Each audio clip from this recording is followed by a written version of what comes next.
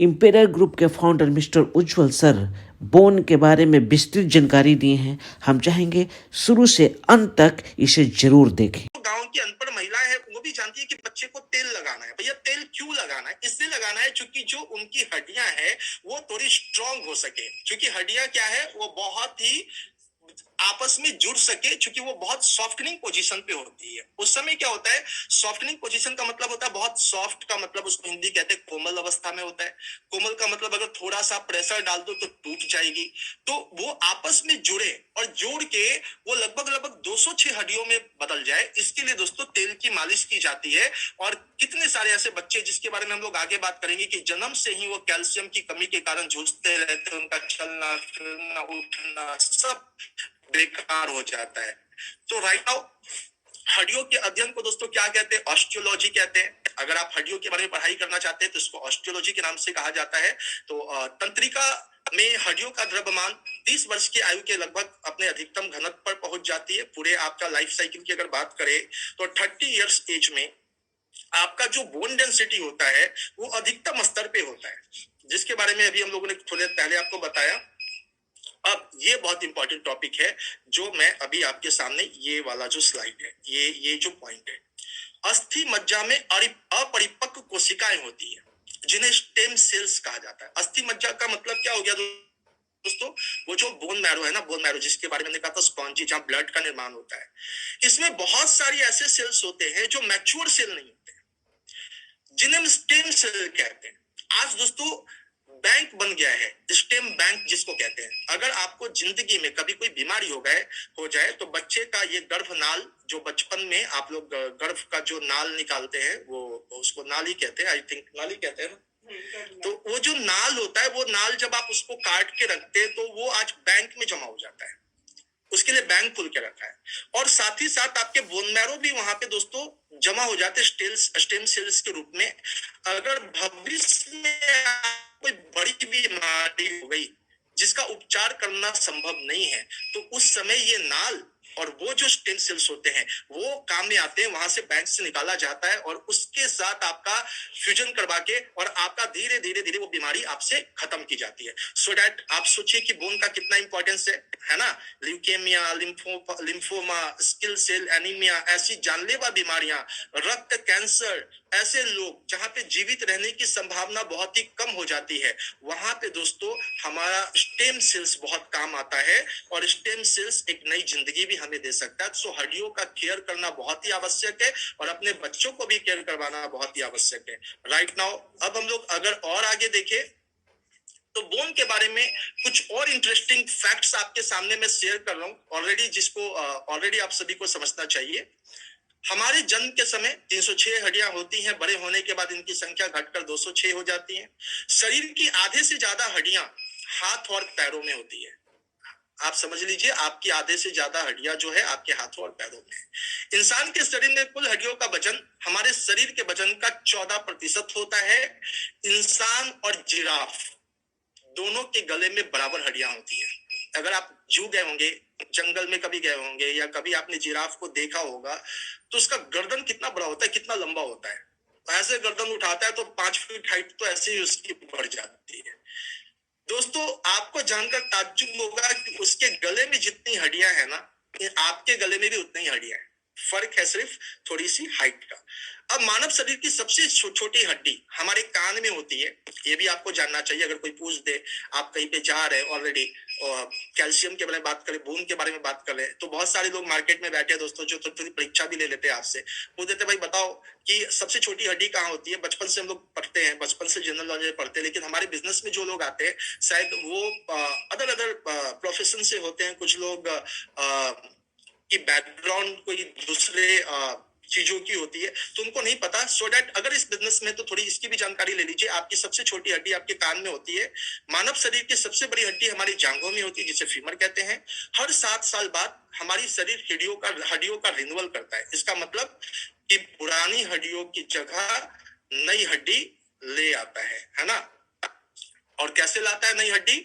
नई हड्डियों को लाने के लिए ऑलरेडी वही ऑस्टियोसाइट्स ऑस्टियोक्लास्ट और ऑस्टियोब्लास्ट। ये 3 चीजों का बारे में ऑलरेडी हम लोगों ने चर्चा किया है आपसे कि ये 3 ऐसी चीजें हैं, 3 ऐसा प्रोसेस है जिसके जरिए ऑस्टियोक्लास्ट के मतलब क्या होता है कि हड्डियां, खराब हड्डियों को रिप्लेस करेगा, नई हड्डियों का निर्माण कौन करेगा? ऑस्टियोब्लास्ट। और ऑस्टियोसाइट, जब हड्डी मैच्योर हो जाएगी तो उसको हम लोग कहते हैं। हमारे हाथ और कलाई और उंगलियों में दोस्तों 54 हड्डियां होती है जो लिखने, मोबाइल चलाने, पियानो बजाने, हाथ की हड्डी सबसे ज्यादा वजन झेल सकती है। ये सारे इसके फैक्ट्स है जो ऑलरेडी आपको समझना चाहिए। हमारे दांत कंकाल का हिस्सा तो होते हैं लेकिन ये हड्डियों में गिने नहीं जाते। मतलब आपके अगर 32, 37, 38 जो भी आप दांत कहते हो, 32 ही दांत होते हैं तो अगर 32 दांत है तो ये हड्डियों में नहीं गिने जाएंगे। ठीक है, ये ऑलरेडी आपके कंकाल तंत्र का, स्केलेटन का हिस्सा तो होगा लेकिन 206 हड्डियों में इनकी गिनती नहीं होगी। डिलीवरी के समय जब प्रेग्नेंट वुमेन होती हैं, जब महिलाएं प्रेग्नेंट होती है, उस समय दोस्तों जो उनको पेन होता है, जो उनको दर्द होता है, आप इस जो पुरुष लोग हैं उस दर्द को नहीं समझ सकते। मैं सिर्फ समझाने का प्रयत्न कर रहा हूं कि महिलाओं को जो दर्द होता है डिलीवरी के समय वो 20 हड्डियां टूटने के बराबर होता है। 20 हड्डी अगर किसी का एक साथ टूट जाए तो कितना पेन होगा, उतना ही पेन आपके बर्थ के समय आपकी माँ को सहना पड़ता है, हमारी माँ को सहना पड़ता है। इसीलिए अपने घर में माँ को जरूर रिस्पेक्ट दे, हर एक वुमेन को रिस्पेक्ट दे। जो दोस्तों औरतों की इज्जत करना सीख गए, औरतों को रिस्पेक्ट देना सीख गए, ऑलरेडी दोस्तों उनको ऐसे भी आशीर्वाद मिल जाता है। तो लाइफ में आप सक्सेस करना चाहते हैं तो ये बहुत इंपॉर्टेंट चीज है। देखिए यहाँ पे कितना इंपॉर्टेंट फैक्ट है कि जो भी लेडीज है जो माँ बनती है 20 हड्डियां टूटने के बराबर दर्द झेलती है, तब जाके एक बच्चे को जन्म देती है। हमारी कोहनी से कुछ टकराने पर करंट लगता है, कई दफा आपने देखा होगा यहाँ कुछ टकराया और लगा बाप रे करंट है। तो यह असल में हड्डी की वजह से नहीं, आपको लगता है हड्डी में चोट लगा, हड्डी में नहीं, जो नस में जो होता है ना उसके वजह से ये आपको करंट आता है। इंसान की बॉडी में सबसे मजबूत जांघ की हड्डी और सबसे कमजोर नाक और रीढ़ की हड्डी होती है। रीढ़ की हड्डी बहुत नाजुक है भैया, कभी गिर गए तो कितने लोगों को देखते हो कि वो लाठी लेके लाइफ टाइम चलते हैं। जन्म के समय सिर्फ हमारे कान की हड्डी पूरी बढ़ी हुई होती है। आपका जब बर्थ होता है तो कान की हड्डी बढ़ी हुई होती है, बाकी सारी हड्डियां जो होती है दोस्तों वो नहीं होती है, वो 306 होती है। धीरे धीरे धीरे वो आपस में मिलती चली जाती है। बोन मैरो हमारे शरीर का कुल वजन का 4% हिस्सा होता है। मतलब आपका वजन दोस्तों 100 केजी है तो आप 4% मान लो 4 केजी बोन मैरो है, चूंकि सेल्स जो है ना, ब्लड सेल्स, जो ब्लड बनेगा वही बनेगा और वो जो हमारे पूरे शरीर में ऑक्सीजन ले जाने में काम करता है। तो ऑक्सीजन को पूरा जो पूरे बॉडी में ले जाएगा, कौन ले जाएगा? वो सेल्स ले जाएंगे और वो सेल्स रेड बोन सेल्स बनते कहाँ है? बोन मैरो में बनते हैं। चलिए हम लोग अब बात करते हैं थोड़ा और आगे। हमारे मुंह में 14 हड्डी, हमारा जो मुंह होता है 14 हड्डियों से बना होता है। टूटू ही हड्डी को ठीक होने में लगभग 12 हफ्ते लगते हैं। आप लोग देखते होंगे किसी का पैर टूट गया तो डॉक्टर कहता है भैया 1.25 महीना 1.5 महीना इंतजार करो, उसके बाद प्लास्टर कटेगा। बॉडियों में पाया जाने वाला कैल्शियम का 99% आप हमारी हड्डियों और दांतों में पाया जाता है। आपके दांतों में और आपके पूरे के पूरा जो आपका हड्डी है उसी में आपका 99% कैल्शियम होता है। शरीर की आधी से ज्यादा हड्डियां हाथों और पैरों में होती है। पूरे शरीर में केवल एक हड्डी बिना जोड़ की होती है जो गले में पाई जाती है। जब हम 30 साल से ऊपर हो जाते हैं तो हमारी हड्डियां अपना घनत्व खोने लगती है। सबसे ज्यादा टूटने वाली हड्डी हाथ की होती है और हमारी जांघ की हड्डी इतनी शक्तिशाली है कि हर क्यूबिक इंच पर 7800 किलो वजन झेल सकती है। हमारे जांघ की हड्डी इतनी शक्तिशाली होती है कि 6 कारों का वजन ये झेल सकती है। 6 कारों का वजन झेल सकती है, इतनी मजबूत है। अब इसका मतलब ये नहीं कि प्रैक्टिस करने लगना। अगर आप किसी बीमारी के शिकार हो तो पता चलेगा कि वो हड्डी ब्रेक डाउन हो गई है ना। तो ये मजबूत लोगों की बात हो रही है कि भाई जिनकी हड्डियां मजबूत है 6 कारों का वजन वो झेल सकती है। राइट नाउ फिर अगर हम लोग आगे बात करें दोस्तों तो अब बात है बहुत इंपॉर्टेंट, हड्डियों की बीमारियां। अभी तक जो हम लोग समझ रहे थे ना वो बोन समझ रहे थे, टाइप समझ रहे थे, कुछ फैक्ट समझ रहे थे ताकि हम अवेयर हो सके, ताकि हमारे पास इतनी जानकारी हो कि हड्डी के बारे में कभी चर्चा हो तो हम अपने मुंह पे ताला ना लगाए, बल्कि हम खुल के उस चर्चा में हिस्सा ले। इसके लिए इतने फैक्ट आपको बताए गए। अब जो बात बताई जा रही है ना ये बीमारियों के बारे में बताई जा रही है। हड्डियों में बेसिकली दोस्तों 3 प्रकार की बीमारियां होती है। Number 1 metabolic bone disease, number 2 genetical bone disease and number 3 auto immune bone disease. तो इसको हम जल्दी देखेंगे क्या होता है मेटाबॉलिक बॉन डिजीज में, जनरल ऑस्टियोपोरोसिस, रिकेट्स, ऑस्टियोपेनिया, ये सब हमें आगे पढ़ना है। इसको हम लोग थोड़ा सा स्किप करते हैं। तो आगे अब हड्डियों की सामान्य बीमारियों के बारे में हम लोग बात करेंगे। सामान्य बीमारियां हड्डियों की क्या है, इसको जरा देख लें। सबसे बड़ी जो चीज है दोस्तों, अर्थराइटिस। आपके पास सबसे बड़ा केस किस चीज का आता है, अर्थराइटिस। ऑर्थो का मतलब होता है दोस्तों ज्वाइंट्स, है ना। बोन का मतलब हड्डी और ऑर्थो का मतलब ज्वाइंट्स, और आइटिस का मतलब फ्लेमेशन, इन्फ्लेमेशन, दैट मींस सूजन। तो अगर आपके ज्वाइंट्स में कोई सूजन आ गई, आपके ज्वाइंट्स में साइनोवल फ्लूइड का निर्माण हो गया, वो फ्लूइड जो है, साइनोवल फ्लूइड ऑलरेडी आपके ज्वाइंट्स में रहता है, लेकिन अगर वहां यूरिक एसिड जम जाए या किसी और कारण से अगर वहां पे इन्फ्लेमेशन हो जाए, मतलब वहां पे अगर सूजन आ जाए, तो दोस्तों आपको 100 से ऊपर प्रकार की अर्थराइटिस हो सकते हैं। 100 से ऊपर प्रकार के गठिया होते हैं, जिसमें से ऑलरेडी हम लोगों ने यहाँ पे डिनोट किया 4 प्रमुख अर्थराइटिस को, जिसके बारे में आपको जानना और समझना चाहिए।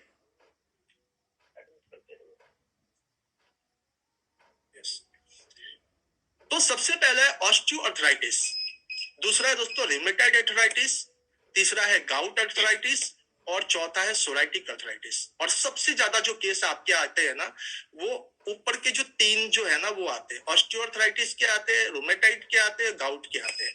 ऑस्टियोआर्थराइटिस क्या है, यहाँ पे आप एक पिक्चर देख रहे होंगे, 2 घुटनों का जो संधि स्थल है, जहां पे ऊपर का फीमर और नीचे का जो आपका पोर्शन है हड्डी का, वो दोनों जहां पे ज्वाइंट होता है, वहां पे कार्टिलेज है, और वो कार्टिलेज में अगर प्रॉब्लम होती है, या साइनोवल फ्लूइड आपका बनना थोड़ा कम हो गया, या वहां पे घर्षण ज्यादा हो गया, तो यहाँ पे दोस्तों ऑस्टियोआर्थराइटिस, नी ज्वाइंट जो होता है, नी ज्वाइंट पे आपको ये बहुत असहनीय पेन होता है।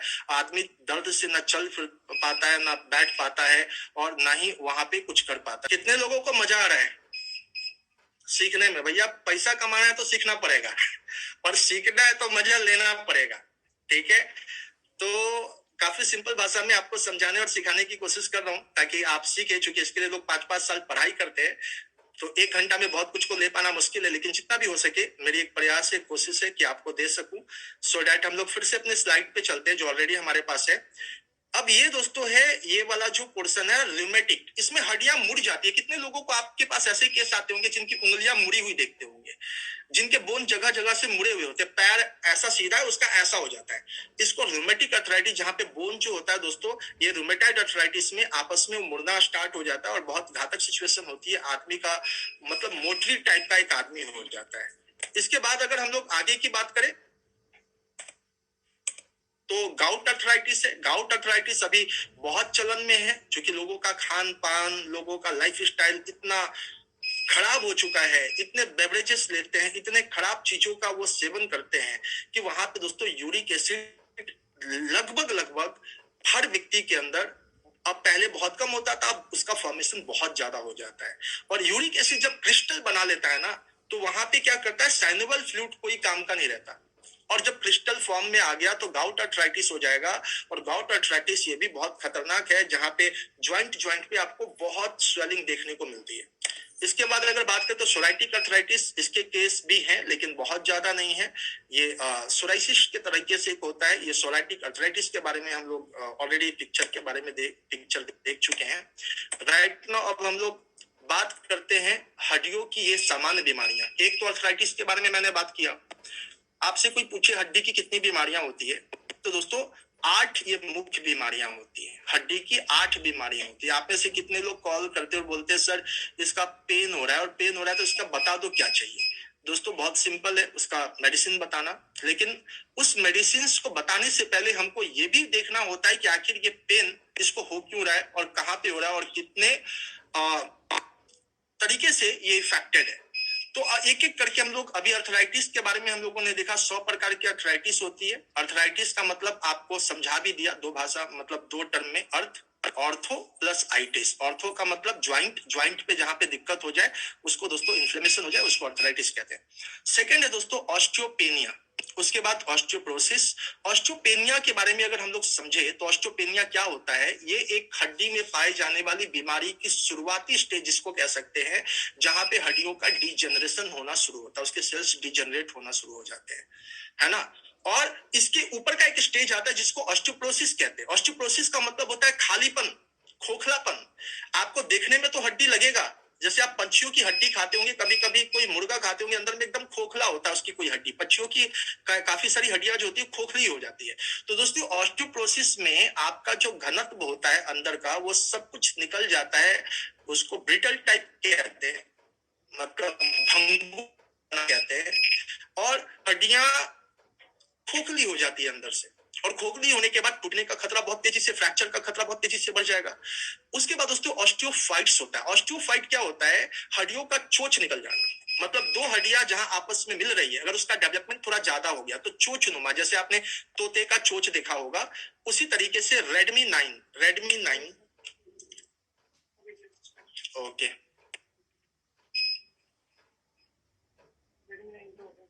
दोनों को आउट कर दीजिए, रेडमी 9 ओके।